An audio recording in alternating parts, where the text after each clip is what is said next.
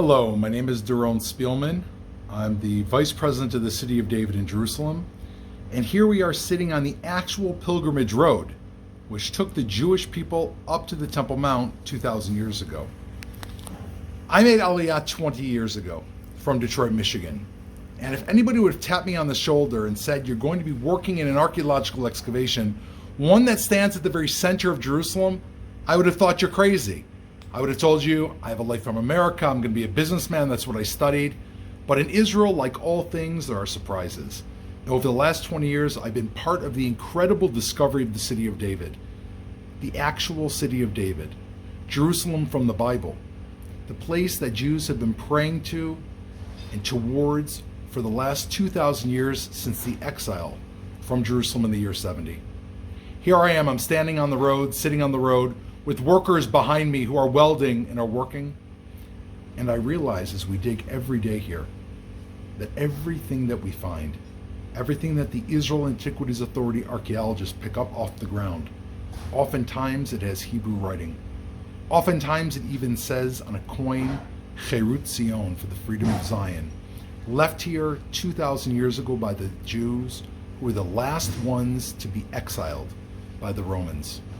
It's fascinating. Next to that coin for the freedom of Zion, we find another coin, the coin of Rome, which says on it Judea Capta, which is what Rome, of course, thought of the Jews. Judea has been captured. The Jews have been captured and are no longer here. However, as we know, as the holiday of Shavuot is upon us, there are no more Romans left in the world. But the Jewish people are still here. Making Aliyah to Israel was not an easy thing. I grew up from a family that was a Jewish family, but not a family that had ever had Aliyah in its repertoire. Never thought of making Aliyah to Israel. It was not part of my education. At the beginning, I had to learn a new trade. I had to figure out what to do. I had to find a home and eventually build a family.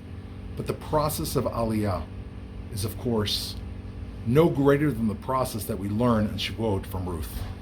Ruth the Moabite, we know, the great-great-grandmother of King David, she had a much more difficult journey than almost anyone today. She began as a Moabite, a nation that was despised by the people of Israel.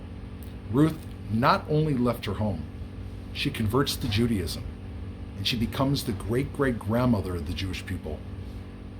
Often on Shavuot, I'll read the story from the Megillah Ruth, and I'll say, wow, look at the incredible DNA that our people come from.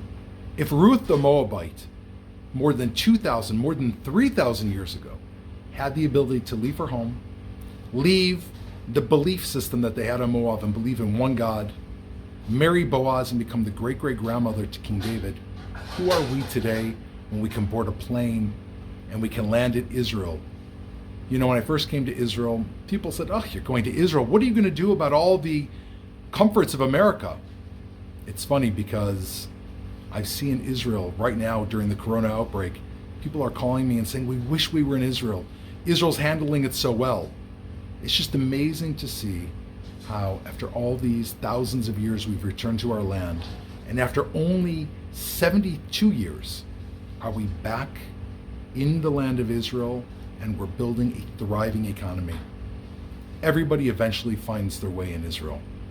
That's what I understand, that the same bracha, the same blessing that was given to Ruth the Moabite, the same one that helped her become the great-great-grandmother of King David, extends to all people today.